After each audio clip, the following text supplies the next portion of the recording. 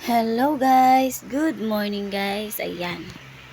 So magluluto po ako ng ito sitaw, tapos kalabasa, tapos ulagbate.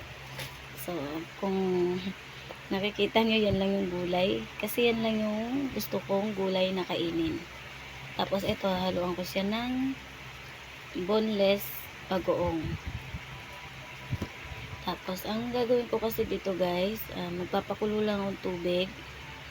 Tapos, lalagyan ko ng sibuyas habang nagpapakulo ako. Tapos, ito, hahaluan ko na rin ng boneless bagoong habang nagpapakulo ako ng tubig. Tapos, saka ko po siya ilalagay. Ito, iuna ko yung sitaw. Tapos, kalabasa. Tapos, itong optional ko na alokbate. Tapos, pagkaluto po niyan guys, so mayroon po siyang halong boneless na bangus. Yun po. Hindi po kasi ako mahilig mag-isa ng mga gulay-gulay. Mas masarap po kasi yung pinakuluan lang. Yung tawag doon, lambong. O parang nilalambong lang siya, ganun.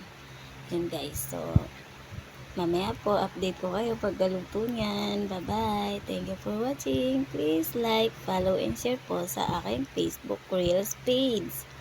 Thank you.